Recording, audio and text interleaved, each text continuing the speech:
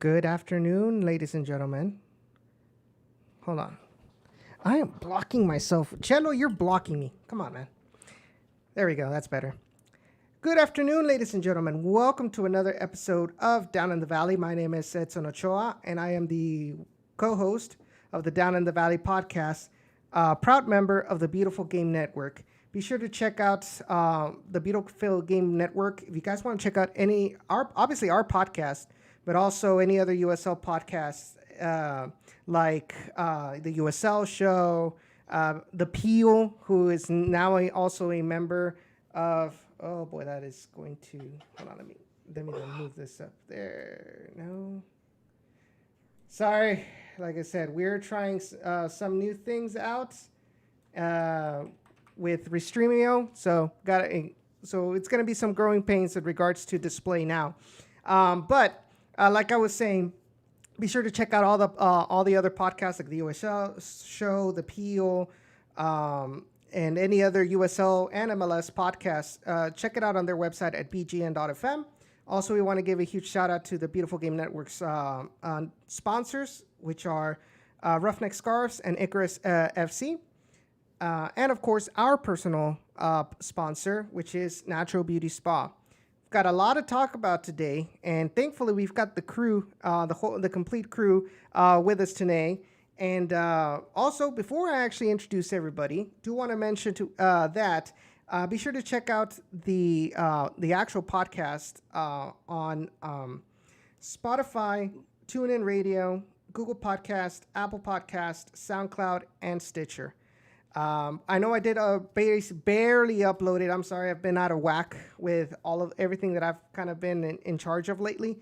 I barely uploaded part of last Saturday's show yesterday, and I will be uploading the rest of the two parts today and tomorrow, and then I'll be uploading today's episode on all of the platforms. So if you guys miss any part of the show, be sure to check out that on those platforms.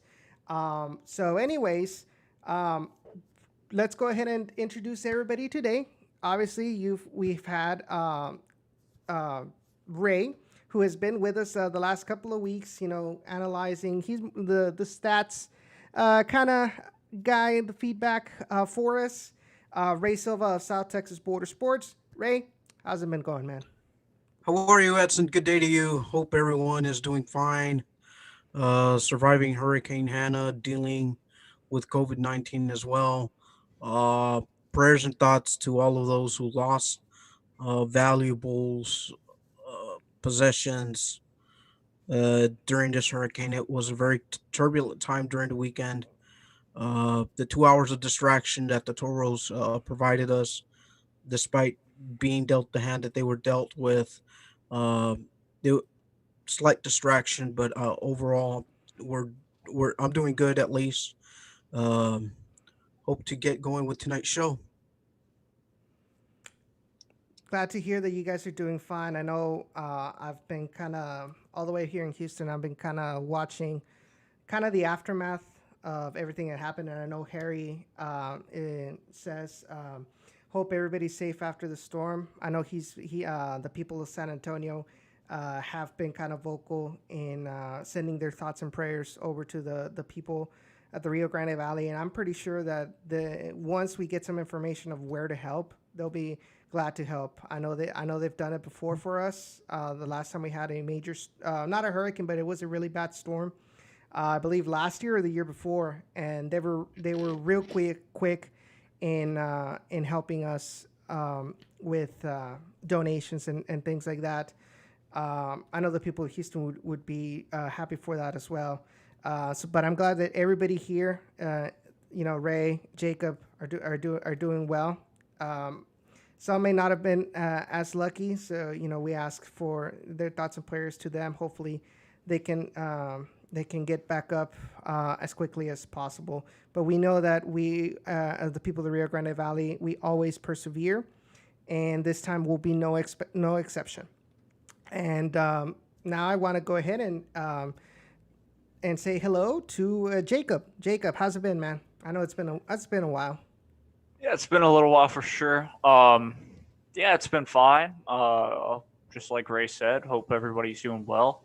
I know for a fact that basically the coast got hit worse than at least McAllen did. But And Mission got flooded for a day. But at least it was a good spot for a hurricane to hit. Ugh. I guess so. Yeah. Sorry, I'm just bashing Good Morning America for that comment that meteorologist said.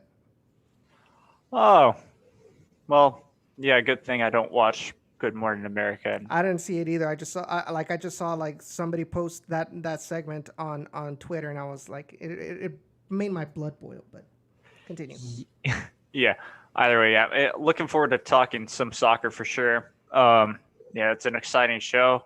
I've got a topic to talk about too with soccer. So, yes, it's going to be a good one. Definitely, and there really is a lot to talk about. There's a lot to analyze. I'm pretty sure you would like to catch up on some of your thoughts with the past week of soccer. With the two South Texas Derby games as well as the OKC match. And then we've got a couple of topics. Obviously, we'll be talking about this past Saturday's game against San Antonio. We've got the upcoming match against FC Tulsa, where we've got some ex-Toros coming back into the Rio Grande Valley. We'll be talking about that as well. We'll also be talking about some of the news, more specifically, the inclusion of Ian Hoffman to the RGVFC squad, coming in, via the way of the Houston Dynamo, signing this young U.S. Youth National Team member into the ranks, and will be with the RGVFC Toros for the remainder of the 2020 season. But let's go ahead and jump into our first topic, and that is the San Antonio match that happened last Saturday. And Jacob, I'm going to go ahead and give you the floor first, because I know, like I said, you probably have some things you want to talk to lead us into this match about the Toros. Well, yeah, exactly. I mean, you talk about it. We came back the first game back from the COVID break for the USL for at least RGVFC. Well, first game back at home. Let me be more specific with that. Mm-hmm. We all know that it was a 1-1 draw, late goal from RGVFC, I believe scored by Ray, if you can help me out there. I'm blanking on the name, sadly. Tiberson. There we go. Tiberson Nunez scores that late goal to give us a point, which was huge. And then, of course, coming into the road, you're talking about, we had OKC and stuff like that. And it was a 1-1 tie. This time we scored first, and then OKC scored second late in the game. I would say blame midfield to the defense once again, just like against SAFC for that first goal. Then we go back home and kind of running on a high, 2 points in the past two matches. It was a good couple of okay results, I would say. Still looking for that first win.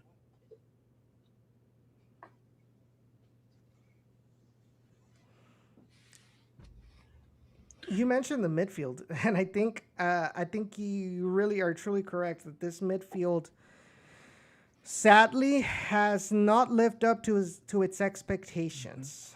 And we've had James Murphy, we've had Kembo, we've had Cello, we've had Timo Melic. Defensively, don't get me wrong, like the midfield defensively, especially with Kembo, especially with Cello, they looked good defensively, not counting the El Paso match, obviously, which we, trashed to our hearts. Not desire, but, it hurt our hearts to say all this stuff, but we have to say it. But again, with the match against San Antonio, the match against OKC, I think defensively, they look solid. The back line, solid defensively. Even Paul Blanchet was looking decent the last couple of matches. I saw that face, Ray. We'll be talking about that right now. Don't you worry. I got patience, my child. But offensively, oh boy.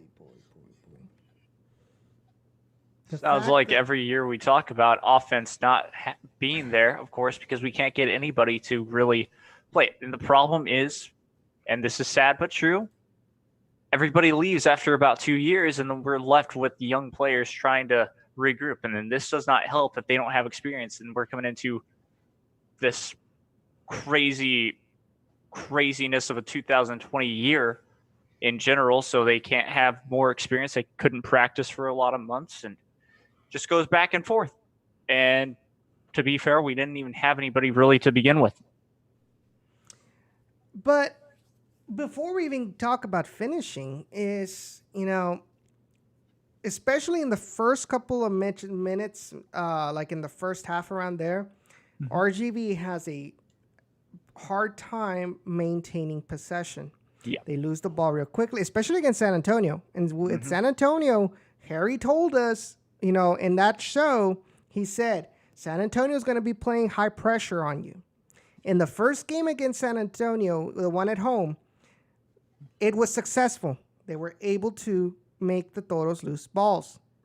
But what was the difference between that time and this past Saturday? Is that now San Antonio had the fitness to continue that pressure for more than just 45 minutes. And because of that, RGV just weren't able to deal with it, honestly. You look at the stats for that game, and let's look specifically at possession, right? So I don't know. I think in most, correct me if I'm wrong, Jacob, but most of the matches that we've played, RGV has had less possession than their opponent. I remember San Antonio, the first time that we played San Antonio, at least in the first half, we had what the stats sheet at least said, if I'm not mistaken, is kind of the opposite. RGVFC had plenty of possession, especially in that first half. But the problem, of course, was they couldn't do anything with it. Against who? Especially in that second half, San Antonio FC, the first game.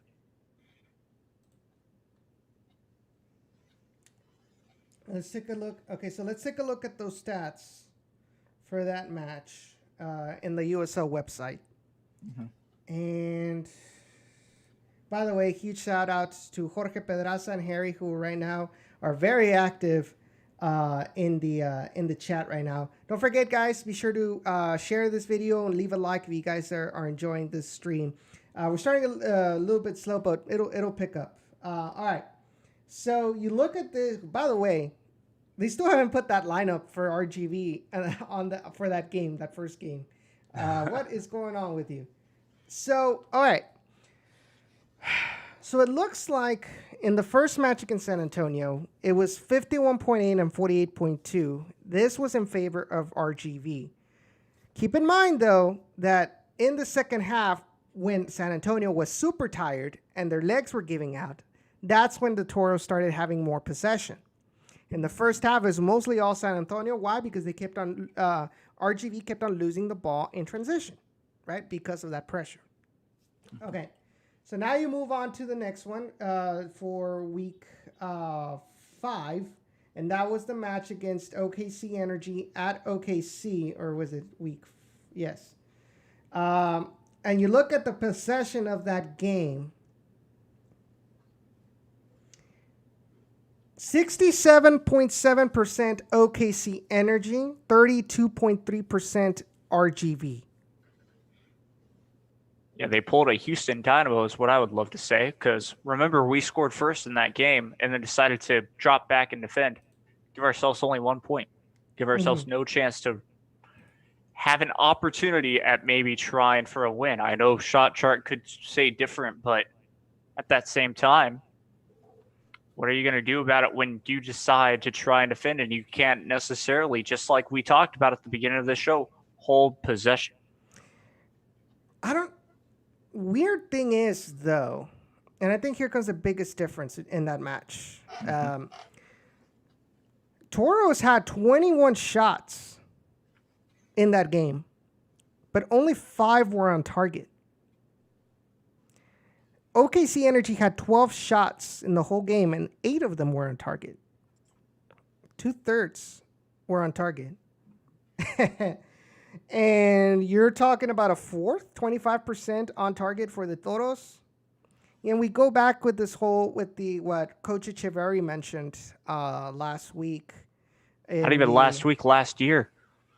No, but even last week, he said, the fact of the matter is the Toros are creating chances, but if you're not putting it in direction of the net, then what good is it doing with you? Exactly.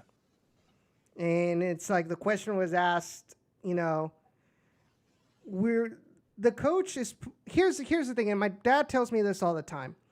A coach, when he makes a plan, when he makes a formation, when he makes a game plan, basically is, okay, how can I get my team in a goal situation in favor? Putting it in, that's all up to the players, right? You can lead a horse to water, but if you don't, but you can't force him to drink, right? So you can take the team to have goal scoring opportunities, but if your goal scorers can't put that ball in the net, then it really doesn't do any good for you, right? And this is what's happening with the Toros. And if you're in a situation where you don't have possession, like at all, or very little possession, you gotta take advantage of all those opportunities that you do have when you do have the ball. You gotta score. You gotta put them in, because yes, you score one, but now you're forcing your defenders to stop your opposition, and your opposition's coming in all this time towards you. Eventually, you're gonna break the defense, right? There's gonna be one moment of miscommunication, one moment where they lose their concentration, and that's exactly what happened with OKC Energy. Just one little minute moment, second of disorganization inside the area, off of a throw-in, and they equalized. We could have had those 3 points right there, but they just kept inviting. They just kept inviting OKC Energy. And I definitely understand that, okay, the schedule wasn't the best at all, because you're still, yes, you put in a couple of alternates, but your defense it was basically the same. Emil Legault, Robert Coronado, Robert Castellanos, Carter Manley, against San Antonio. Then against OKC Energy, you had Castellanos and Coronado and Manley repeat. Now you just brought in Jimenez to start in place of Emil Legault, right? So 3 out of your 4 are playing 90 minutes or, 180 minutes around there, or 2 games pretty much. In what, 3 days, 4 days? It's got to be tiring too. But at the same time, well, we brought it to ourselves for not having enough depth on the defensive line. I mean, you can only do with so much. But it just leaves you seeing, it leaves you thinking like we could have had it, but we need to. I think we need to understand that sometimes the best way to defend yourselves is with possession of the ball. But if your midfield keeps on losing the ball, keeps on just throwing it away willy-nilly, and just give the ball back to your opposition, then you're just putting yourself in danger for them to be coming in and attacking you, right? If you have the ball, well, you have the ball, and you control the game now, not them. And that's made my question, like, in these couple of matches. Like, yes, fitness is going to be a factor because of how these games were planned, especially with the fact that this first San Antonio match was actually postponed until Sunday instead of Friday. So that gives you 2 less days of recovery, right? Mm-hmm. But I don't know. It's just that question that's in the back of my mind that maybe I'm being too picky. Maybe I'm being, I don't know. Because a lot of people will probably say, well, you got to take into consideration this. Okay, yes. But at this point, when you've got 5 games, you're like a third of the way into the season, and you only have 2 points with less games to catch up than normal. I mean, you're putting the team in the pickle. And this game against San Antonio on Saturday, last past Saturday, was a perfect opportunity to at least get yourself back near the top of the group. And I don't know about you guys, but I felt they did decent defensively. We continue to see Castellanos had kind of taken that role of captaincy, that role of a leader in the back, obviously, with the help of Carter Manley and his experience. But Castellanos was given the responsibility of being a captain of this team, and he hasn't shied away from it. Like I think he's been one of the players that has kind of stood out, the most in that defensive line. Mm-hmm.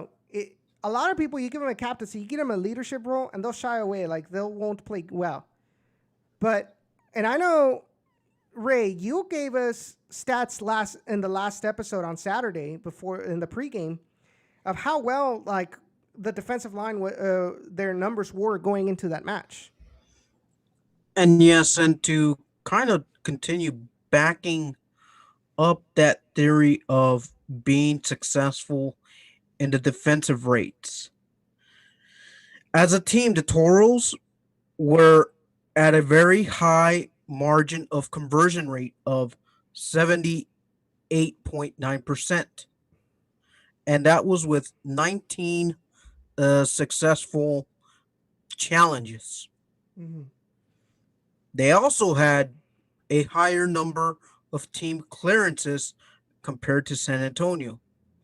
But again, the one general stat that kills you at the end of the day is the score line of 1-0. That's the thing that kind of upsets me a lot here. The stat line of 1-0. I felt like the Toros did have a little bit more. They had a lot more quality chances to at least walk away with another draw than to say that we didn't deserve to lose that 1-0. Now, you were asking about the defensive end with Robert Castellanos. Correct.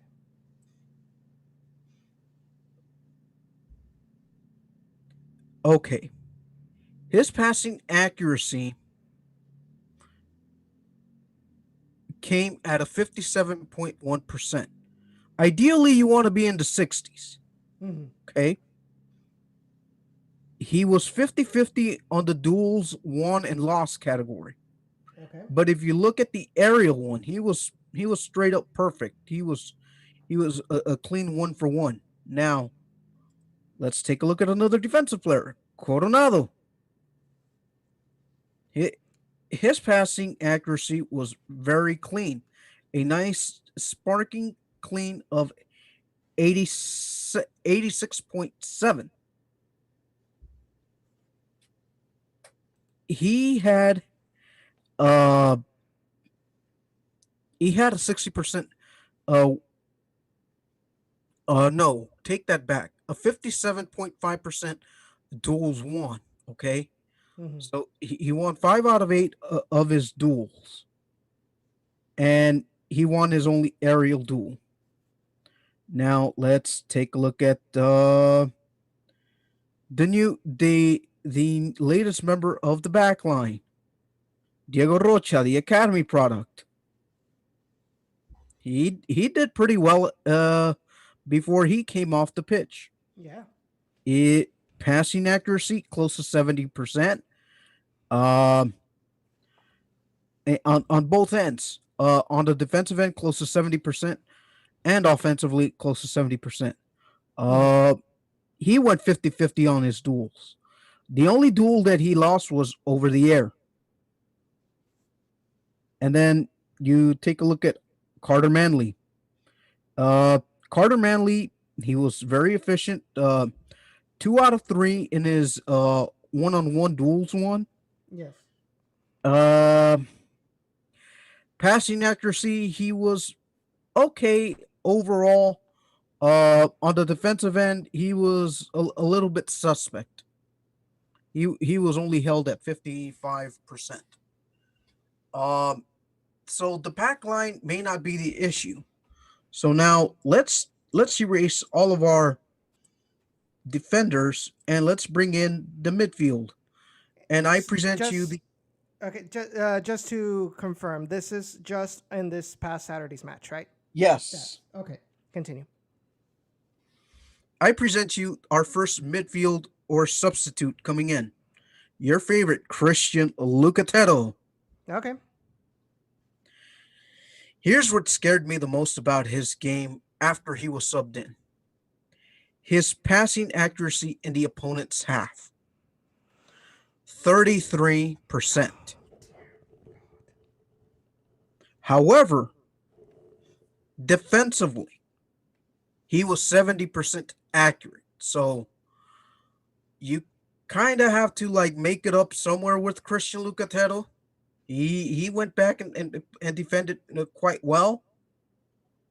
So Lucatello gets an in progress grade, an incomplete. Which, look, honestly, Lucatero did not do as bad as I thought he was going to do. Mm-hmm. Mostly because defensively, like you said, he's doing good. Stats wise, backs up that claim that defensively he looked good. But my question is, Lucatero was brought in to be an attacking midfielder. Correct. In any side. So the fact that he's only got 33% passing accuracy, correct, in the opponent's half, Yes. really scary. Really, really scary, to be honest. But let's take a look at the rest of the midfielders. By the way, Tyberson left at what, the 32nd minute? Yep. Due to an injury? 32nd minute. And that is going to screw up any game plan that Coach Echeverry might have had. So, continue. Let's present Kevin Rodriguez. Okay. Passing accuracy overall, 83%. Mm-hmm. Passing accuracy in the opponent's half, 82. Here's a stat that's gonna make you want to just cry and hide in the corner for a little bit. Oh God. Duels won 3, duels lost 7. Who was he going up against in the, defensively? Well, pick your poison. He was either assigned Maloney, Yarrow, Smith, or PC. Oof. Yeah. Oof might be correct. Tyberson before coming off. Okay. Passing accuracy, 89%. A passing successful rate in the opponent's half, 75%. He only won 1 duel and he lost 4. And then got injured and had to come off. Yep. So what about Cello? And one of those duels lost, just real quick, and one of those duels lost, he went down. And I want to say, actually, in both the duels that he had, he went down. Mm-hmm. So, with that being said, that's where I think the fatigue factor kicks in for a lot of these players. Yeah. Now, let's take a look at Isidro Martinez. Isidro Martinez, here we go. Passing accuracy, 70.3. Accuracy in the opponent's half, 63%. Duels won 7, lost 5. Okay, that's positive. Again, this is where you want to have him win a little bit more because I don't want to call him the stopper, but I do want to call him the ignition of the team. The only problem is that one of the duels he lost led to the goal. Led to the goal. That is exactly correct. And that's where he says it's 7-6. So, and at the same time, if you didn't have other players not being able to get at least kind of a plus rating, and what I mean by that is the ratio not being a 3-4 or something like that, 3 and 4. You get my point. You want to win more than you lose. That's a given. Obviously, you want to be over 500. And so that becomes a problem where it's just a one-man team where one man has to carry one part. And so Isidro Martinez, you get my point. Of course, he could only do so much before he was going to screw up that badly because nobody else could really get the job done behind him. Mm-hmm. So you take that into consideration. It's like, what else was he supposed to do? I understand. It sucks. He let in a goal. That's on him. But also, it's on that whole team for not being able to keep possession as well. It always will go back to that at the moment. So what were the stats for Kembo? Well, before I continue with Kembo, I want to introduce James Murphy. Okay. Who's the next guy in line? Passing accuracy, 82%. Passing accuracy in the opponent's half, 76.2. Here are two shocking numbers. Aerial duel lost his only challenge. And then one-on-ones, he batted 500. He went 4 out of 8. Okay. Now, go ahead. Okay, no, go ahead with your point. So basically, he isn't doing as bad as we think he is. For right now, no. For right now, he's kind of on the safe side. Now, you asked for Kembo, I deliver you Kembo. Okay. 60% passing accuracy. Okay, that's kind of neutral for now. That's kind of like almost your check engine light. Yeah. I get it. Here's an alarming one. 52.9 in the opposing half. Oof. And then he lost his only one-on-one duel. And that is the midfielders for you, unless you have another question on another one. No, that's pretty much it. I was already going to talk about that goal because here's the thing. It's easy to blame this on Cello, right? Because of his lack of awareness of having two players come at him. One of them, I believe it was Parano, came in from behind and he never realized it. Because you look at that game, and I'm really trying to find that. For some reason, in the USL website, the latest week's scores aren't loading up. Yeah, there's like a little drop-down menu. Yeah, it's like I put it in current week and nothing comes up. And I know. Yeah, you have to drop down to put it in week 5 results. There's like a little. But I'm trying to find the San Antonio match. It's at the very bottom of week 5. I see it. Because I was. All right, because, like I said, I think it's easy to go and block. But I feel honestly that Cello was put in this awkward situation by his teammate, by Rob, because Rob has possession of the ball, right? He's trying to lead the attack. Bumps into a San Antonio midfielder, has no choice but to pass it back. But he passes it back to Cello, who's right in the middle of the field, and he's got two players. We got Adam Parano and what's his name? Not Solignac. Number 7 is Lorenzo. Lorenzo Di Renzo. and both of them pressure him at the same time. He loses the ball right there. But my point here is, I'm sorry, Rob, but I know you probably wanted to get rid of the ball first. And I know you know this. I know you know this because you probably reviewed this tape right now. But I have to say it because this is my analysis of this play.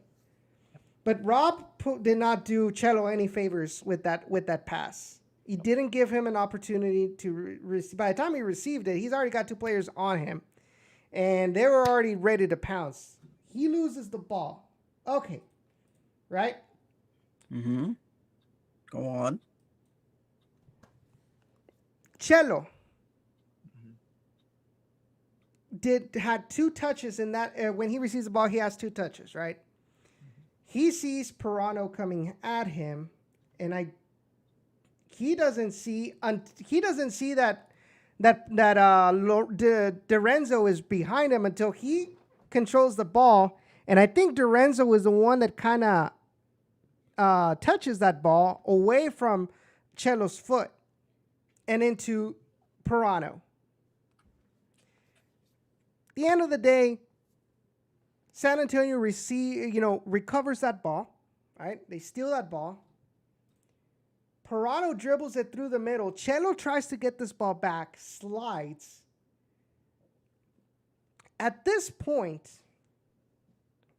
you've got a 2v2 situation right here. Because Rob, he got stuck out ahead on the field, trying to start that attack. Well, he's way upfield now. So now you've only got Diego Rocha and Castellanos in the back against Pirano and Dorenzo. Pirano starts dribbling.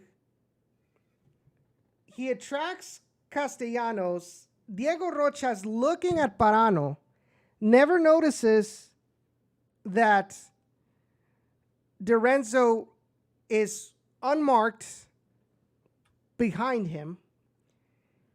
Pirano makes that pass. He turns around and he realizes, oh, Dorenzo was by himself.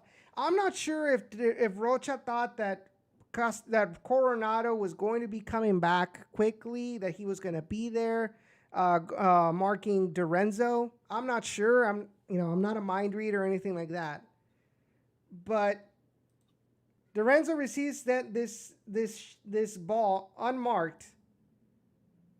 But let's be honest. That was an easy, savable shot by Dorenzo. It wasn't going hard. It wasn't going on the upper 90. It was going on the ground. And it wasn't, and like I said, it wasn't even going hard. It wasn't a hard shot.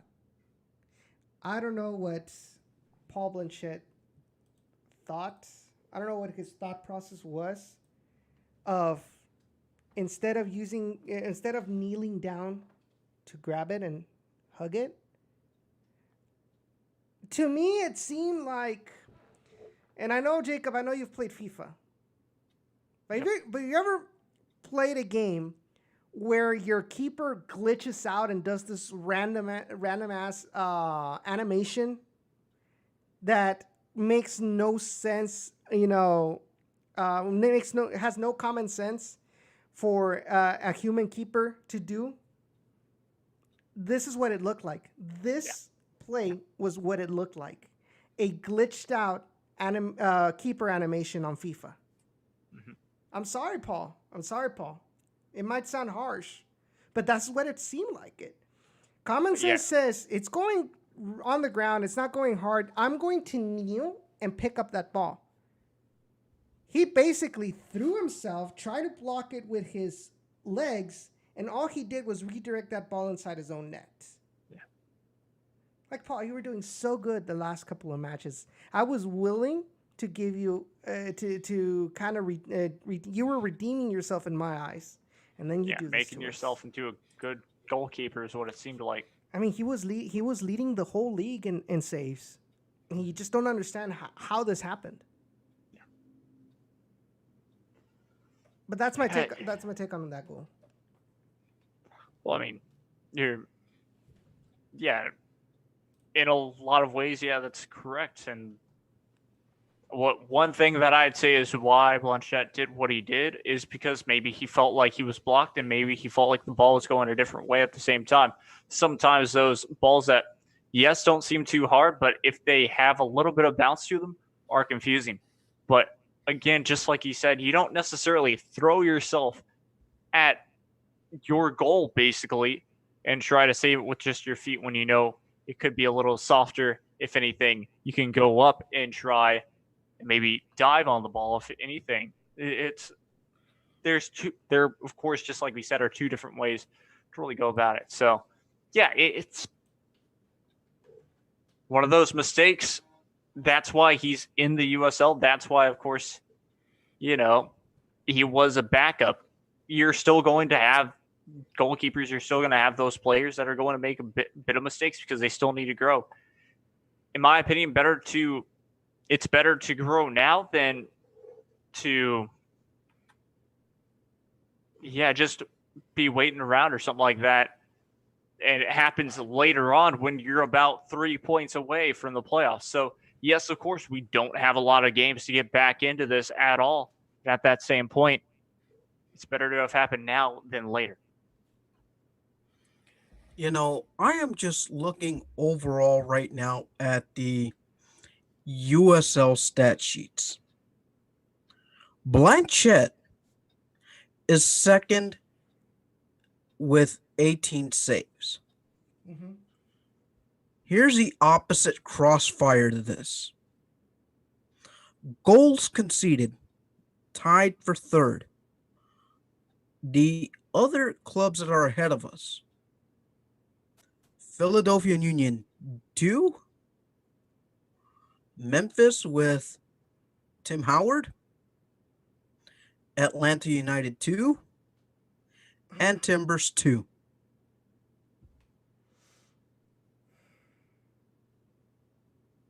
Let that sink in for a second. Yeah, but that's taken into consideration the game against Los Dos. Regardless, Where it still counts in everybody- the standings. I know. But you have to admit that this team defensively is much better defensively than in that first game. A lot more organized. They're a lot better. And you have the stats to prove it. You just mentioned all these stats that prove that this team might be one of the has potential to be one of the best defenses out there. I mean, you're talking about, barring that first game against Los Dos, only one goal per game. But here's the thing, though. If your offense doesn't score goals, then opponents are going to be like, well, as long as I score a goal, then the least I'm going to get is a draw, right? Mm-hmm. All right, So, you guys are talking about goals is what wins you games. You all know. Yeah. Here's the very, very scary part of everything. I mean, isn't it the basis of it all? If you score When you- more, yeah, if you No, score no, more, no. you're But gonna you were, win. but you guys just brought in a convert. You guys brought up a key word here: conversion. Yeah. Mhm. You all know where the Toros lack as a team. You all know there. where they rank? Where? Dead last at 6%. Thought so. Pinche madre. Yeah, I thought so. Híjole, madre. Yeah, it's converting. We have the defense, but we don't have the offense. Once again, we have a okay midfield. I'd still say it needs to be better. It's better than last year's team, but that's not saying a lot considering how much the midfield struggled throughout the beginning and middle of the year with everything that went on there. I just felt like, and this might go back to last season, when Salazar was finding his groove. Yep. Our team conversion rate was so much higher. If it wasn't, I can assure you that conversion rate was right in the middle of the pack. if not closer, within the top 10 Mm-hmm. with Michael Salazar. Yep. You lose Salazar, and what a tailspin this team has had. Until Carlos Small was able to find his groove. Yeah, until Carlos Small was able to get his exactly. The problem is we don't have anybody right now. Garrett McLaughlin hasn't been that striker that we need. Yeah. Obregon, to me, he seems more like a winger, but he can play as a striker. But this team, and this goes back to a poll that I launched a couple of days ago on Twitter, where I asked Midfield. if the Toros are still looking for players to bring in, which I highly doubt, but if they were to be bringing in more players, what line of the squad needs to be scouted primarily? Oh, yeah. And the majority said striker position. Surprisingly, I think this was like at the last second, the midfield won second place, because for most of the day it was keeper that was in second place. Then all of a sudden I check again, it's like at the final results, and it's midfielders like at 27%. I was like, wow, I didn't see that coming. But to me, definitely we need another striker. We need a striker that can put in the goals, because what we need right now are goals. If we want to salvage something from this tournament, either Garrett McLaughlin or the rest of the strikers that we currently have on this in the squad get their act together and start scoring goals. Yep. Like they're getting paid to do, or we bring somebody that can actually score goals right off the bat. Yeah. Because like you said, like we said, this game, it's about scoring more goals than the other. The defense is doing their job, but you as strikers, you're not doing your job. Yep. Simple as that. I'm not going to sugarcoat this. No. The strikers are not doing their job. And I know this is gonna probably rub some people the wrong way. But at this point, somebody needs to say it. Somebody needs to say it directly to y'all. You need to score the goals at this point. The window of opportunity is closing rapidly. And yes, you might score some goals against FC Tulsa, but the real test is, can you score them on San Antonio? Can you score them against Austin Pold, which will be coming up in about 2 weeks too? Yeah. And we need somebody right now. And it's just frustrating to see, yes, you might say that Carlos Small might been lazy at practice, this or that. He was, and then he matured a little bit, and then went back to being lazy. But guess what? He could score goals when it was necessary. And just to reiterate, this team needs goals. And if y'all need to show why you and it's especially more important with Garrett McLaughlin being a Dynamo draft pick. Yep. You need to prove to the Houston Dynamo this year that they chose correctly. And if you're not scoring goals, more than likely you're going the way of Brad Dunwell, one and out. Mm-hmm. Perpa too. I'm sorry. Sure. But numbers don't lie. Look, I might do it all the time, but I don't like dissing my own players. I don't like it. I feel very uncomfortable doing so. But this team needs a better performance offensively if we want to think about going into the playoffs. And not pull a Houston Dynamo. So instead, pull a Houston Dash. And not pull Portland Thorns as well, too. Right? You know, this team doesn't have the luxury of having a Tyler Pasher on their squad, or to go out and get a Tyler Pasher on their squad, mainly because it's cost prohibitive. But at this point, I mean, what good does it serve the Dynamo to take away a lot of our good younger talents for them to have if they can't even get their first team uh if they can't even get their first team stuff well sorted out. Yeah. Mhm. I mean, uh, I know in that poll that you had there, Edson, one of your comments that you received on there was, okay, they need a better goalkeeper. Okay, yeah, we have Ryan Coulter, who currently serves as our goalkeeping coach. Why not? Why not give him a shot? You know. Because he's a goalkeeping coach and we need an extra player. That's the problem, Well, too. We're short okay. on keepers. Well, regardless whether we're short or Well, not, I mean, we do have a eventually. keeper at the academy. Well, okay. Let's not put in the academy kid in first. Okay, True. let's That's what I stick. said when I was told that. Let's stick to what we have on the roster right now 10-4. in the RGV. Mm-hmm. Why not give Ryan Coulter a shot here? Let's give him a shot. Give Blanchett a little bit of a 1 game rest. Let him figure. Let him see a game from the bench to see where this team stands at the moment.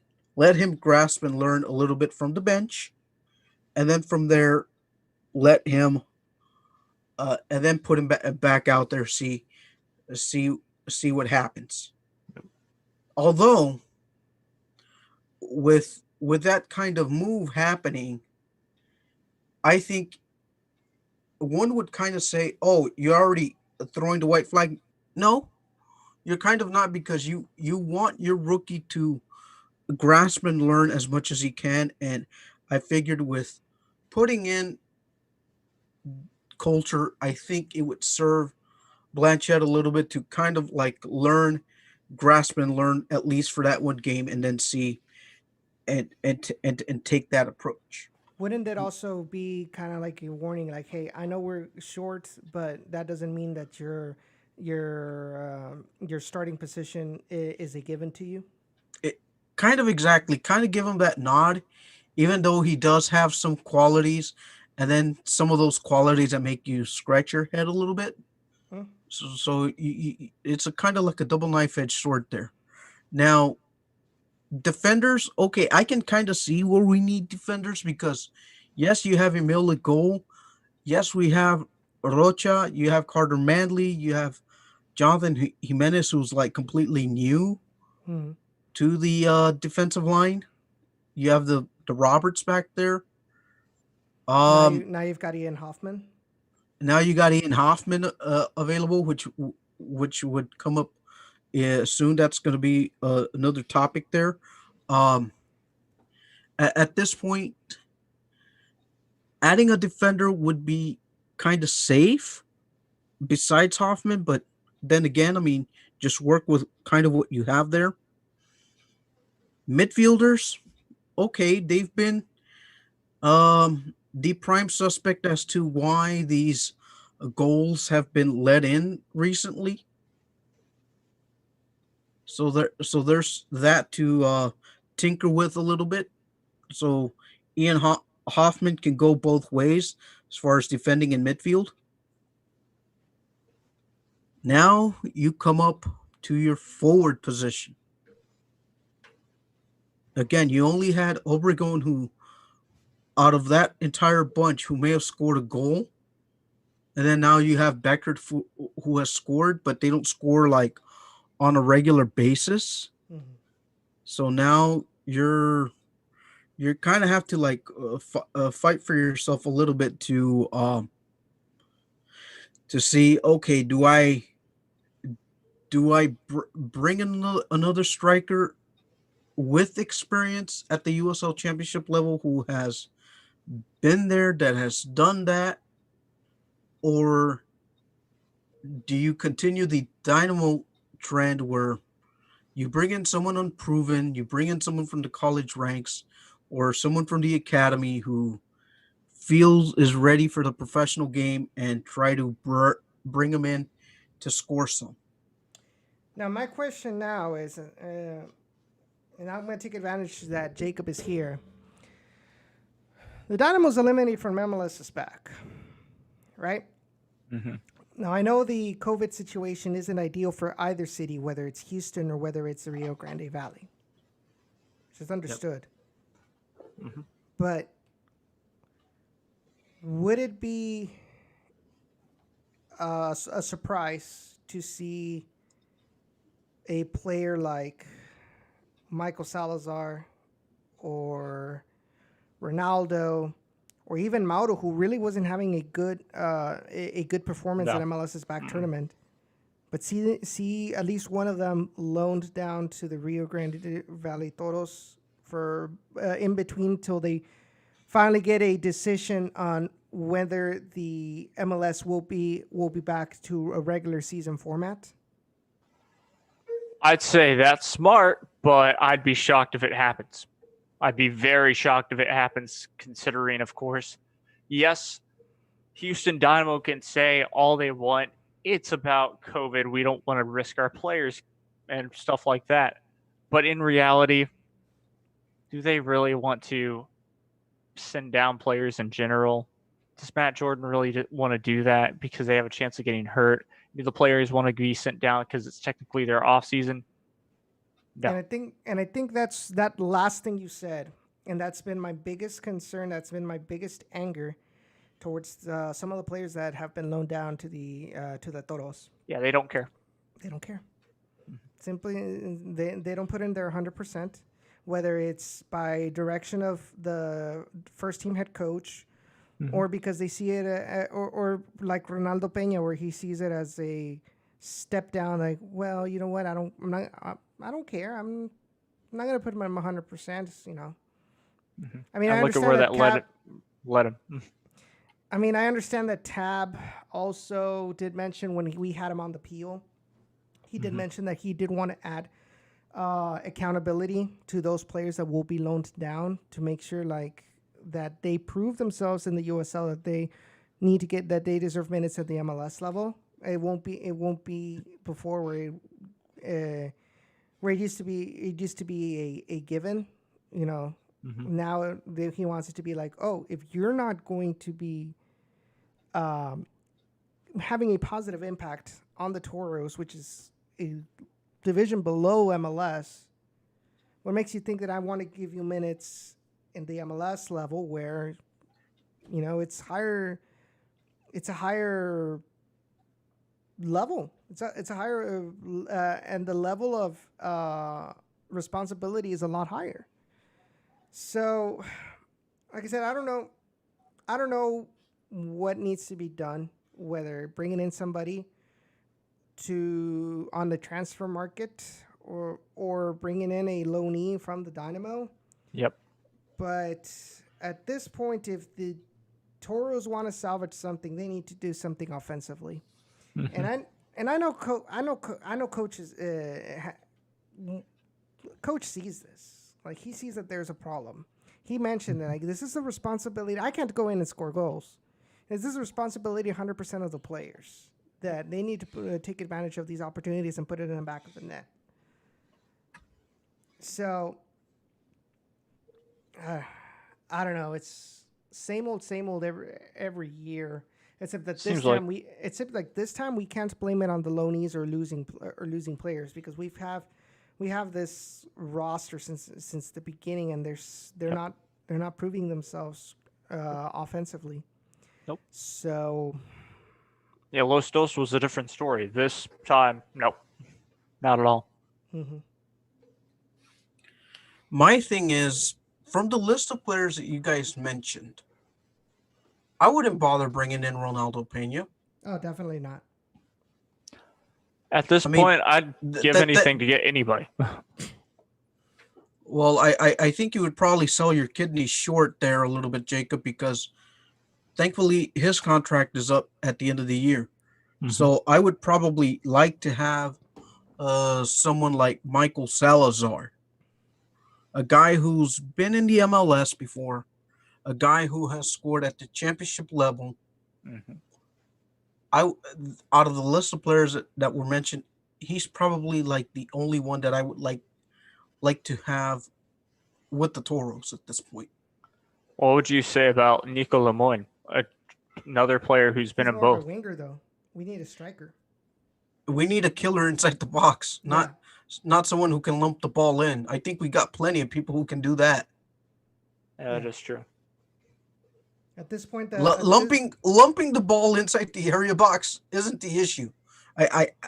You bring that up. Okay, you bring that up. He could go for rebounds, though. That is for sure. Okay. Kyle Edwards can do that too. I mean, good point there. But okay. Also, let me real before quick. you continue. Before you continue, the team has a fourth. They're fourth in the league in shots. Okay, so those opportunities created are right there within the league leaders, and you're talking about your Indy 11s, your Sacramento Republics, and Phoenix Rising. Oh, everybody who gets put on ESPN every single week. Cool. But the issue is shots on target. Yeah, easily. I mean, you just said it yourself. Conversion rate is dead last in the whole league, and that's because Memphis 901 is a dumpster fire.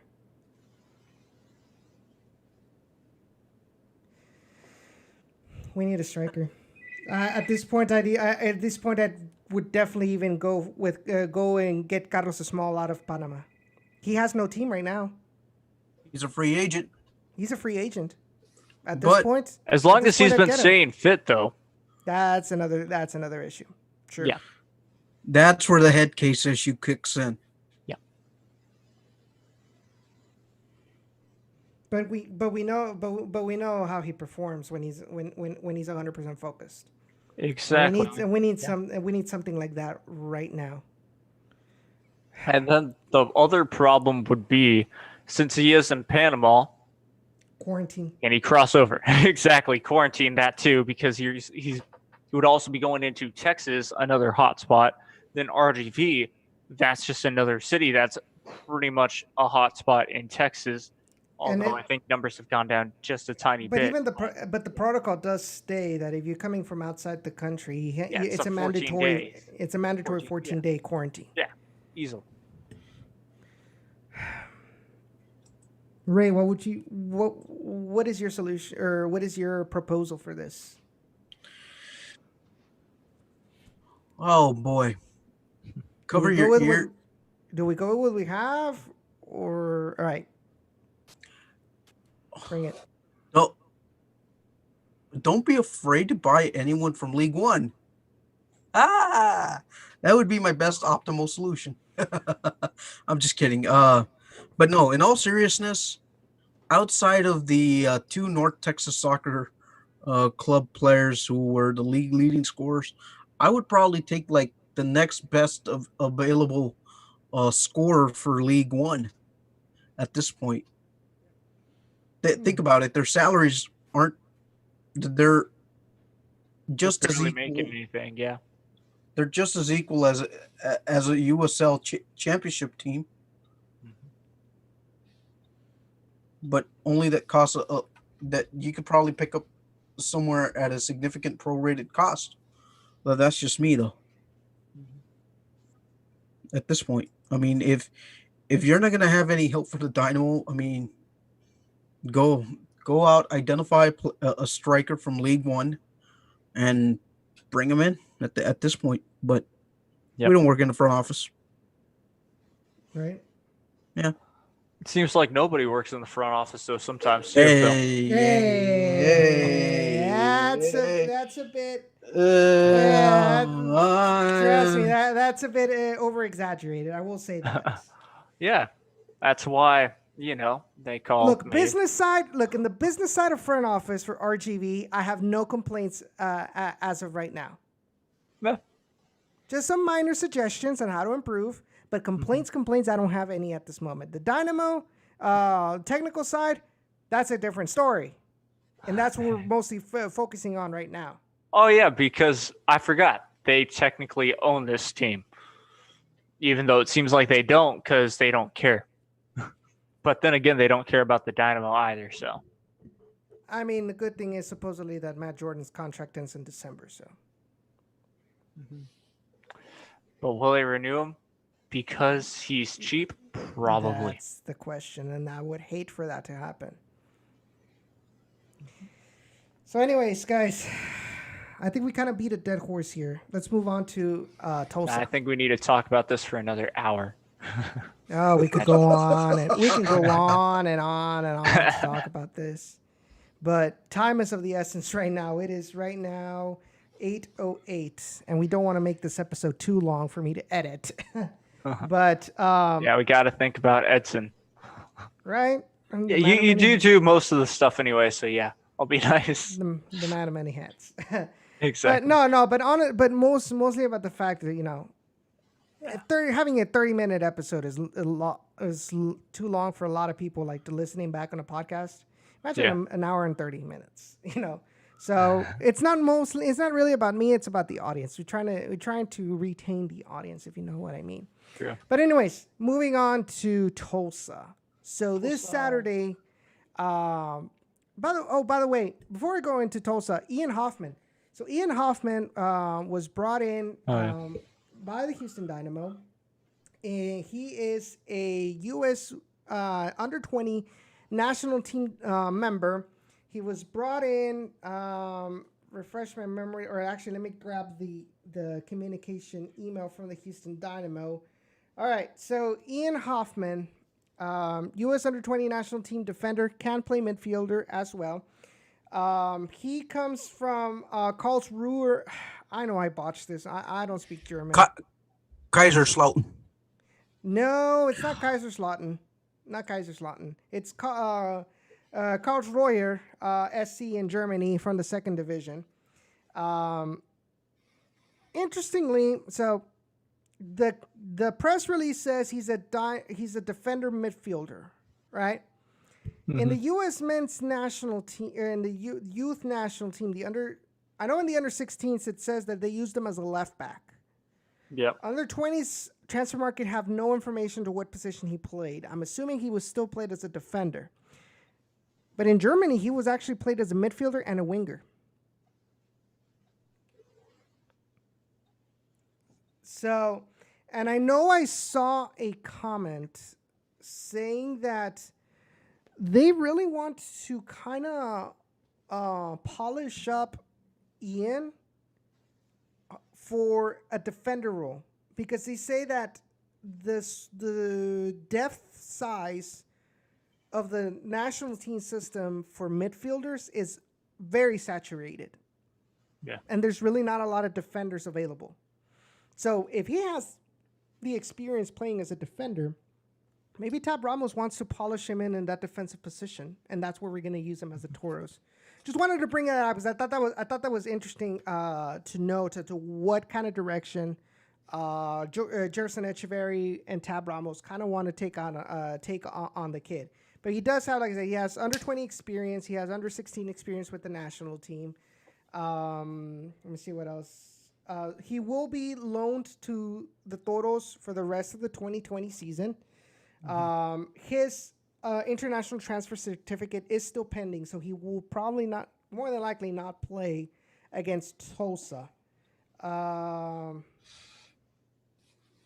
talk about that. We'll talk about that right now. Santos, we'll talk about that right now but we do want to talk about the Tulsa match. Played in the 2 Bundesliga. He had 38 appearances with the under-19s of Karlsruhe SC, and he led the under-17s in goals and assists in his first season. Before joining Karlsruhe, Hoffman competed in the FC Cologne Academy. He recently scored a goal in the under-20s in January. And obviously, one of the biggest things is that he has worked with, or he has played under Tab Ramos. So that's also another thing in favor of him. He kind of knows Tab Ramos' system from the under 20s. He also played alongside Marcelo Palomino, and he played under assistant Dynamo coach Omid Namasi in the under 18s. And interestingly, also, he actually represented the under 17 German national team for the under 17s, and then reverted to the U.S. national teams. But that's Ian Hoffman. I do see him. I don't know about you guys, but I do see him be brought in as defensive depth for the Toros. Oh, definitely. I mean, well, real quick, we all know that we lost a little bit of good depth for defense last year. I know that the defense this year is pretty good as well, but you always want to have extra defensive players to try and get your defense to even do better. It's that same thing with, of course, the strikers or wingers or things like that, where you want them to basically fight for positions in a consistent basis, things like that. It gets the team, it keeps the team focused, really, in my opinion. So, yeah, it's still going to be a good thing, most definitely, and this is the key thing, development. As long as RGVFC can develop him, and he can continue to develop past RGVFC 2, then he can be a great player for Houston Dynamo and a great player for the U.S. men's national team and a great player for wherever he ends up after that. Right. I kind of like the fact that they're bringing in this kid, and once the season is over or once the calendar year flips, he'll straight up be a Dynamo player with a standard contract, which probably means if the relationship continues with Toros and Dynamo for the next year, and I say if because of what's been said in the past, this guy can probably flourish and continue to be a bright prospect for the Dynamo, because it's a very, very a different case from building and polishing up a midfielder and a forward as compared to a defender. Yeah. I mean, I want to say that there's probably more forwards and midfielders available for selection for both teams than what there is defenders. And probably they may want to continue stockpiling on defenders for the time being, and have them come down to our RGVFC. That's just me. So interesting. I'm interested to seeing what he brings to the table. Will he be see if he can fight for a top spot? I'm assuming he would be challenging Rob Coronado for his position, maybe. And he does have left back experience. If anybody out there that's listening live or is listening to the podcast that has watched or is more knowledgeable of the youth system of the U.S. team and has seen Ian play, let me know what position they would have him play in the youth system. But from what I saw from the under 16s being used as a left back, I wouldn't be surprised if he was brought in to add depth for Robert Coronado. I mean, where else would you put him? Center back, We've got Castellanos, we've got Diego Rocha, Carter Manley.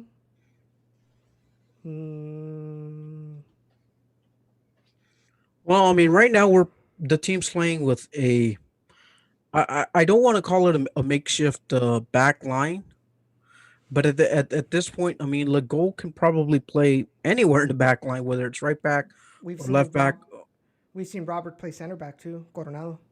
So right now, I mean, the back line is what it is. I mean, no one really has a true position. I mean, you can see Carter Manley playing as a true center back.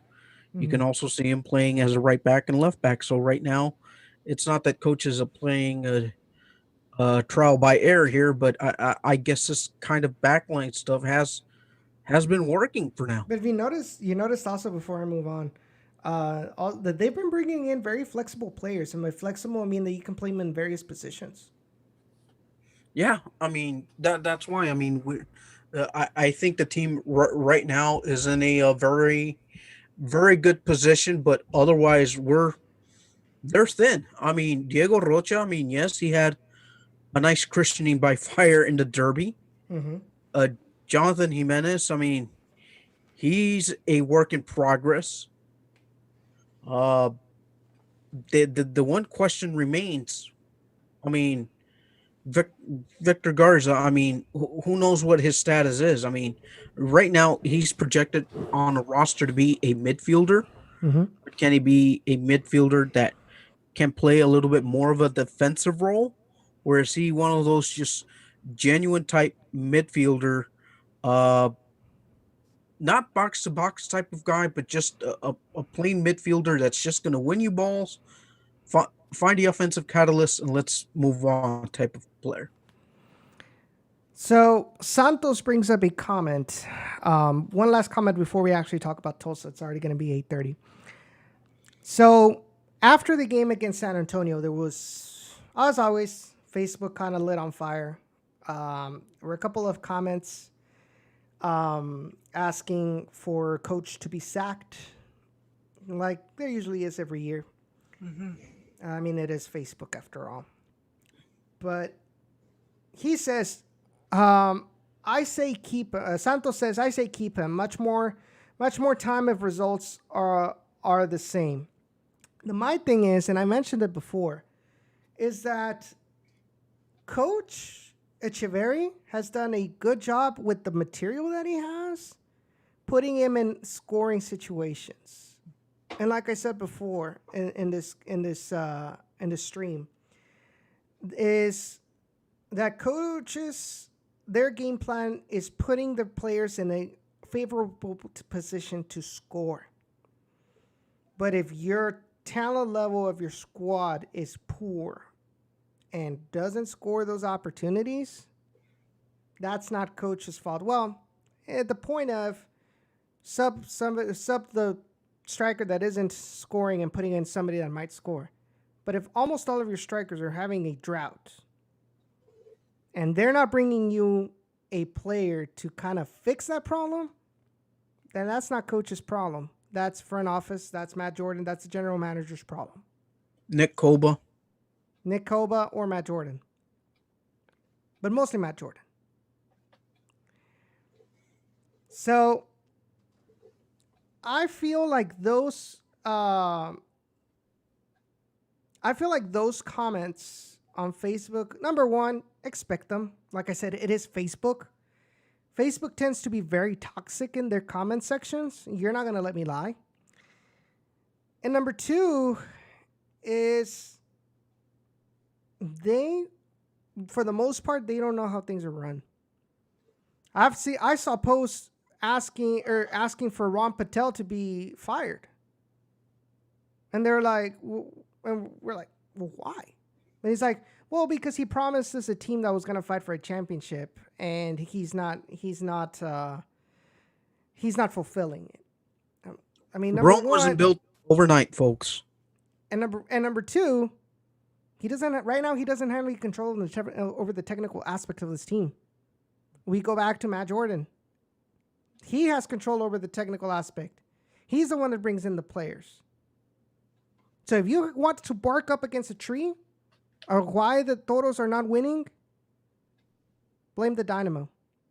Don't blame the Toros front office. They have no control over them. Since the beginning, they control the business aspects. If you think that they're not marketing this team well enough, or if you think anything in that aspect, or if you have problems with ticketing, then blame the Toros front office. Put your claims on them. They'll sort you out.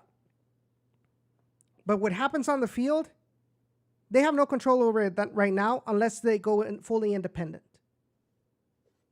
Then that's where the claims can be filed in.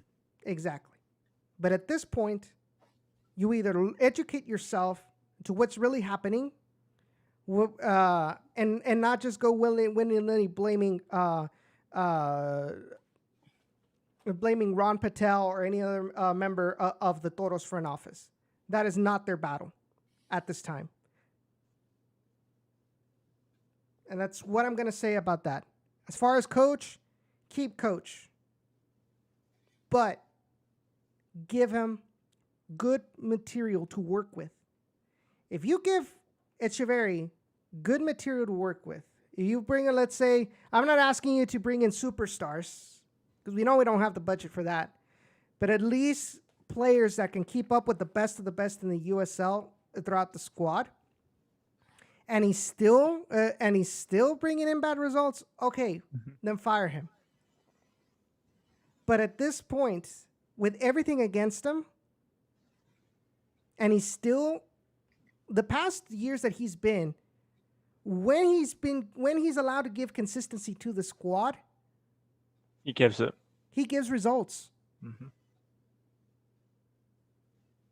Even with a limited squad talent-wise, he brought results. Mm-hmm. So don't blame this on Coach Echeverri 100%. Or at least don't ask for his dismissal, because you're barking up the wrong tree entirely.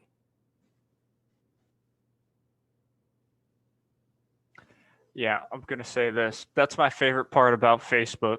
I mean, I literally work in a job that has Facebook comments on it constantly because, you know, it's a great platform to show games at, but then the people who watch them are normally they're morons. Let's be honest. They don't know what the heck's going on either behind the scenes or just at all. When you tell them something 100 times, they're still going to be in comments. They're still going to be frustrated. They're still going to be asking for you to leave. It's the most ridiculous thing. So, take what you read on Facebook with a grain of salt, people, because none of it is always freaking true. I mean, you're talking about a platform that is advocating for a doctor that says that some health issues have to do because demons are. Oh yeah, no, exactly. It's stuff like that. And this is what can. Besides Reddit and 4chan, Facebook is a very popular platform for conspiracy theories. So Facebook really isn't a good parameter to see true educated opinions on any subject. It's rare, right? Mm-hmm. But the point is, don't fire Coach. Coach is not the issue here. Or Ron Patel at the moment. It's the people over there to my southeast of where I'm at right now. Over there in Plaza Las Americas in downtown. That's who you should be barking up. Yeah. Not the people at HEB Park and Bird Ogden Arena. They have no control over the technical aspect. Or technically, where's that place at? Kind of Ed Couchish? I don't know. Wherever the person who gives us money gives the team money. Oh! I was like, we're getting paid? I was about to. Where's my paycheck then? No, we're just putting it out there. We are definitely not being paid to do this by anybody. No. And if we were getting paid, you think they would? If we were getting paid by the team, you think they'd let us make these kind of comments? Hell to the freaking no. Nope. But anyways, Saturday, FC Tulsa. We got a couple of familiar players coming in. Kevin Garcia, Eric Bird, and of course Bradley Bourgeau, right? También. He's also part of FC Tulsa. Yeah, I don't know who's a part of the Tulsa Roughnecks. So yeah. You're gonna still call them. You're still gonna call them the Roughnecks. Definitely. Mascots are the best. The Roughnecks was a great name. It still makes sense. I enjoy it. I think once again we've been down this road with me. I still think that SKC should have kept their name with the Kansas City Wizards. That's a bold statement there, Cotton. So, all right. So, FC Tulsa results-wise really isn't doing that great. They coming in. Well, they've only played 2 games. This next match against us on Saturday is going to be their 3rd. So you're talking about while everybody else has played 2 games. Actually, well, so they played on July 13th against OKC Energy, and they drew 1-1. They had played back in March. They played against Sacramento Republic, and they tied 1-1 as well. So really, there aren't bad score lines, because both of those games were away, and they were able to draw. Sacramento, which is, for the most part, has been historically one of the top teams in the Western Conference in the USL. Yep. OKC Energy is really, I mean, what are they, 2nd place in the group at this moment? Yeah, out of a little bit of luck for sure. But that's, because of the whole situation with the Bold and their games being postponed due to the coronavirus. But yep. Anyways, but you're talking about they had a week off, right? Because they played on the 13th, which was on a Monday. Yeah. And then you're talking about almost 2 weeks almost 3 weeks without any activity. Mm-hmm.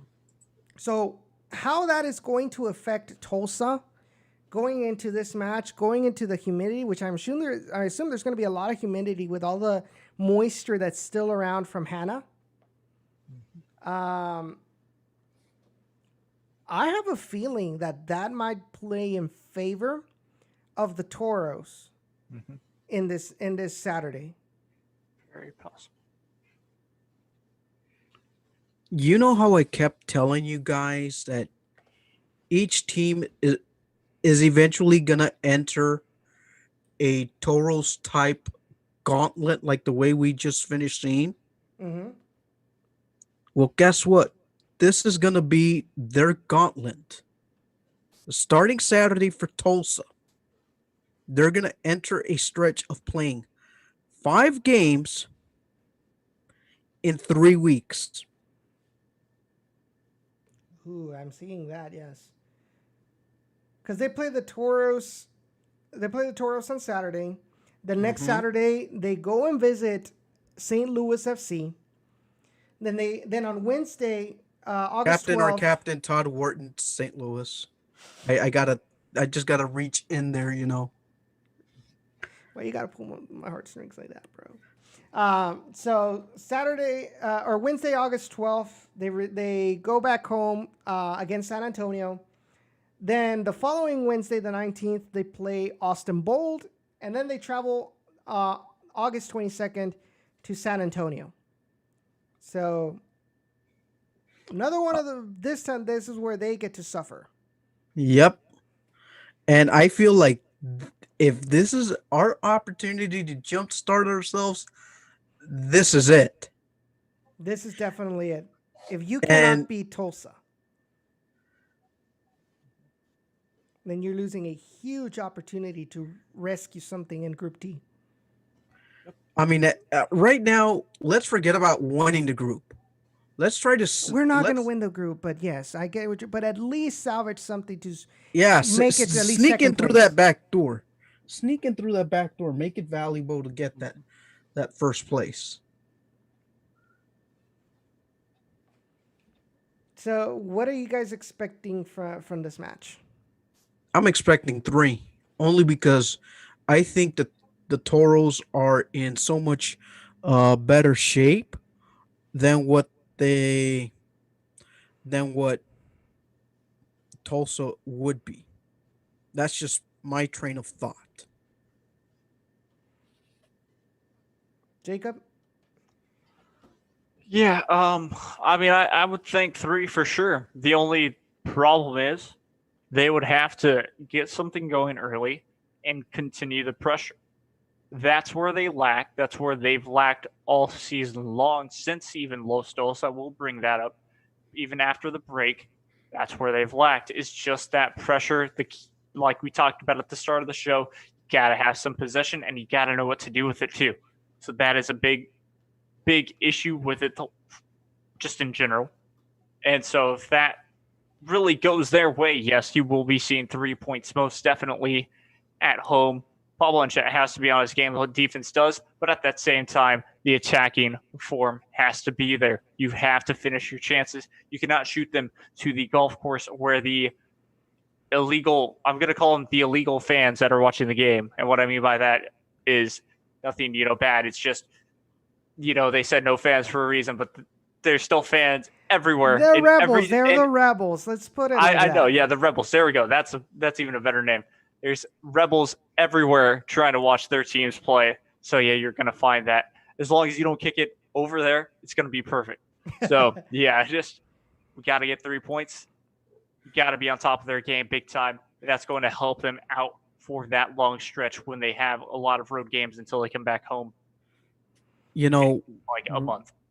One of the things that I'm noticing about Tulsa, they're just a team that scores in the second half. Mm-hmm. So if anything, I mean, just watching the box scores of the first two games, if we can't score early and often to put away this team, boy, we're going to be in a world of hurt. Look, at this point, we have to take care of Rodrigo da Costa. That's the player who scored both of their goals so far. Take care of Rodrigo da Costa. Score your opportunities. Mm-hmm. And we should be fine. But my prediction is a just barely sneaking by 1-0 win. I feel we're going to continue to struggle with accuracy, with conversions. Mm-hmm. We're still going to struggle with that. I don't think that's going to be fixed from 1 week to the next. I'm just going to be honest. Well, yeah. I think defensively, they're finally going to catch their groove where they'll be able to get a shutout. Hopefully, Paul Planchette doesn't do another mistake. Oh, dear Lord. But I'll have faith in him. I'll have faith in him. He's going to feel like he might have a good game. He probably learned, hopefully. And I feel like the Toros are going to get their first shutout against Tulsa, but they're not going to score many opportunities. And I have a feeling we're going to have a similar situation where the Toros are going to have less possession than Tulsa. Yep. I just feel like this might be a game where, regardless of amount of possession we have here, I think this might be one of those games where we might put Tulsa on the front foot here. Like, this might be a total team performance type thing. My scoreline is going to be 2-1. We'll score both of our goals early. We're going to score both of our goals in the first half. Mm-hmm. Tulsa might get some lifeline in the 70th. And then, Edson, I'm going to throw it right to you. Que no pase la tragedia. Jacob, what's your prediction? 2-1 win. Yeah, it's going to be very close. We're going to see just an interesting game in general. We're going to struggle, but 2 goals I think we can definitely do, and that's what's going to happen. I think things are going to stay calm as they have. It's FC Tulsa. I said it. It's the Tulsa Roughnecks. We don't have anything really against them. They don't have anything really against us. Just, yeah, we're going to, like you said, we're going to be struggling, but I think we'll be able to score 2. My bold prediction, Tulsa wins this 2-0. And both Eric and Eric Bird is going to score one of the goals. And that's my bold prediction. And as far as for my bold prediction, a scoreless, boring draw where I might even fall asleep on it. I guess I'll go with the bold prediction. It's going to be crazy. Both teams are going to be outscoring a ton of goals. We're going to end up having 6 goals. It's going to be a 6-goal draw. Oof. And a couple of red cards to each team. You can't forget that. You cannot forget that. Exactly. All the red cards. Exactly. Referee's going to lose control of this game and bunch of red Exactly. cards. Mm-hmm. Final question to you guys, and this is regarding possession. And I actually got into a debate with one of my, not a debate, but kind of a discussion with this whole ordeal with having much less possession than our opponents. Is this a parking the bus strategy by Coach Echeverri, or is this more because we can't deal with the ball? I'm saying parking the bus. You're going that Coach Echeverri is parking the bus. Partially only because we want to play to defend the lead and not chase a game. Okay. But that's just me. That's just me. We saw it against OKC. Mm-hmm. I think we see it more on the road, where he does want to park the bus on the road more than he does at home. I think at home, it's just the fact that we really can't control. To be fair, we only played one game at home, and we needed to tie that game. So it's really not. That's where we had to chase. We did have to chase, yeah. And against San Antonio on the road, we had some initiative. And I still feel that defensive error totally screwed everything up. Well, it definitely did. But when somebody messes up like that, it doesn't matter. To me, it may be when we have the lead that he'll want to bunker down. But to me, the biggest culprit is we can't keep that ball. We cannot keep the ball. Nope. We saw it against El Paso.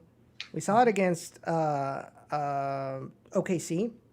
And in San Antonio. We can't keep the ball because we keep on losing it. Or we just keep blasting it away and to whoever gets it. And most 9 out of 10, it's an opposing team member. I'm not gonna say if that's good or bad, but I think the results are pretty self-explanatory. Yep.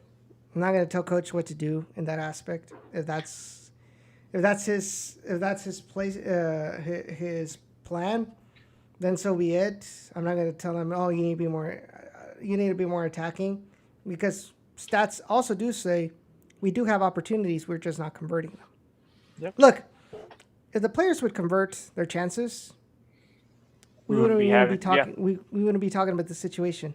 Yeah. You know, or kind of questioning ourselves why we don't have why we don't have enough possession. Because if we'd be winning, it doesn't matter. We're winning. We're getting 3 points. But if we're losing and drawing, and we're not winning at all, then we do have to question why it's happening, and see what needs to be changed. Something needs to be changed. But at this point, I don't think, like I said, I don't think this is a tactics issue. I think this is a talent issue. This is a player issue out in front. But that's my final thought for today. Ray, final thoughts before we log out. Final thoughts. I just think that if the Toros can get the initiative at home and be attack-minded for, let's say, the first 10 to 15 minutes and get a goal in, I can see ourselves winning the game. Not convincingly, but I can see them winning. I mean, at this point, doesn't matter if we play beautiful or we play ugly. At this point, it's just results. If we can play a lo Mourinho, I'll take it. Even if we win a lo Atlas, dude, I'd take it. Con línea de 5. You know it.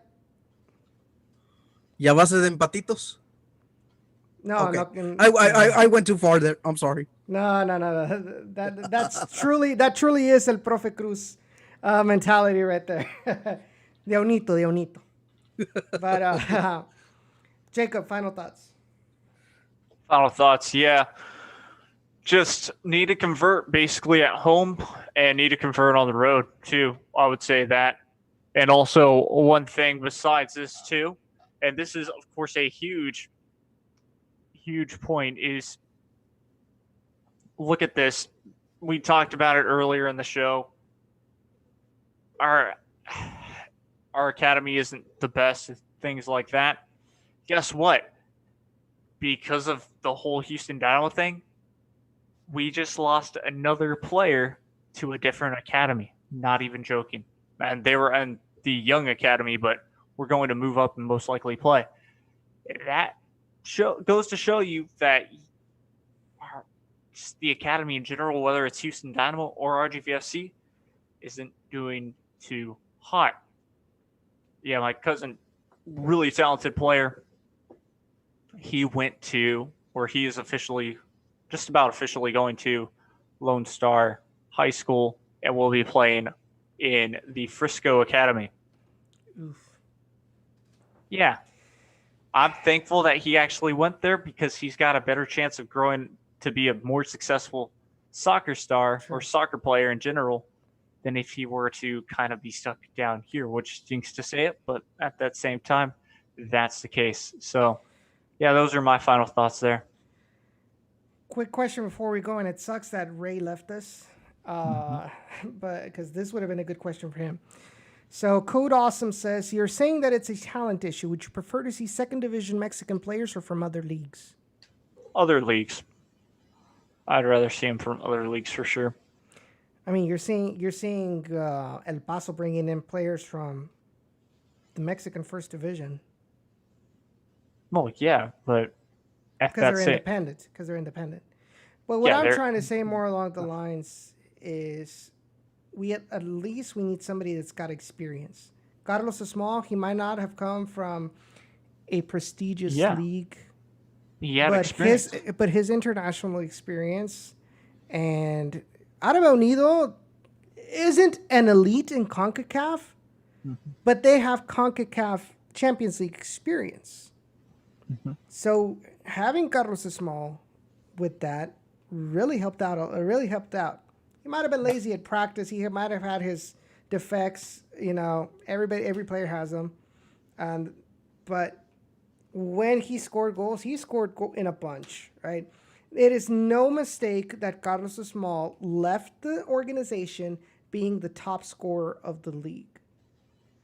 At this point, with a crucial position, just like the striker position is, I would rather have an experienced, whether USL player or from abroad, like Ruben Luna back in 16, Carlos Small, Michael Salazar, had experience in MLS, and give him the responsibility to score goals and let Garrett, let Luca kind of grow under them. Because at this point, it seems to me like they're not ready for the responsibility of having the responsibility of scoring the goals upon them. I could be wrong. I could definitely be wrong. I mean, I don't have a good track record when it comes to that. But those are my observations. Yeah. Yeah, no, I would have to agree with you a little bit for sure. But like I said, we do need somebody, like you said too. We just need somebody that has experience, and that's going to be key if we can ever get that. Will we? I don't know. It will take a long time. But, I mean, it's always going to be things like that. Having said this, we want to thank everybody who has hung on to this, almost 2 hours show. I really appreciate all of your support. Be sure, if you guys have not liked this video, be sure to give it a like. Share the archive once it's available on Twitter, Facebook, LinkedIn, wherever. But let people know about this show. Be sure to listen to the podcast, the audio podcast, on Stitcher, Google Podcasts, Apple Podcasts, TuneIn Radio, SoundCloud, and Spotify. Be sure to rate it, give it a comment, give us 5 stars. We really appreciate it. It really helps us out, trying to get the brand, get the podcast out there, get some brand recognition in the podcast. Really appreciate all of your feedback as well. What else? Obviously, huge thank you to the Beautiful Game Network for their support, for hosting us. Check out their website, bgn.fm. You'll find our podcast and other USL and MLS podcasts, including The Peel, on the Beautiful Game Network's website. Check out their sponsors, Roughneck Scarves and Icarus FC. And, of course, our personal sponsor, Natural Beauty Spa. Thank them for their support as well. Be safe out there. Things aren't easy with Hurricane Hannah, with COVID. It all keeps just piling up on the Rio Grande Valley. And wish you all the best. Hopefully we'll be back at the stadium. In the meantime, just kind of hang in there. Wear your mask. Stay hydrated. Watch us and Down in the Valley, and be sure to support the Toros and watch the games. Look, we criticize the team. It's normal, but that doesn't mean we love this team less than somebody who accepts everything like it's good. It's good. It's good to see that things are wrong with this team.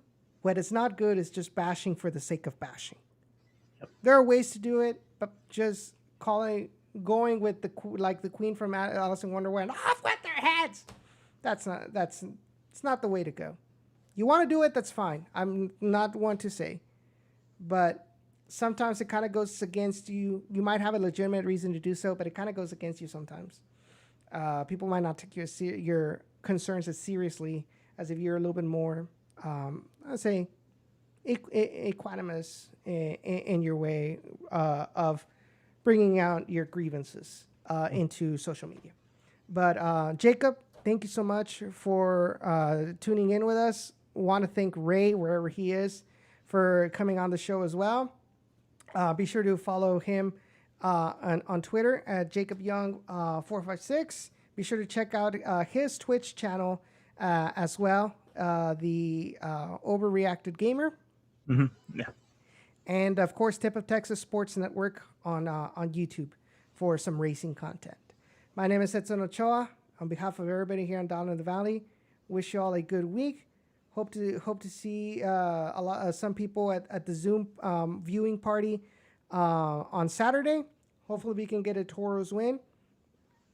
Regardless of the result, we hope to see you all next Wednesday for another episode of Down in the Valley here on YouTube channel and on Periscope on Twitter. We'll see you all next time. Take care.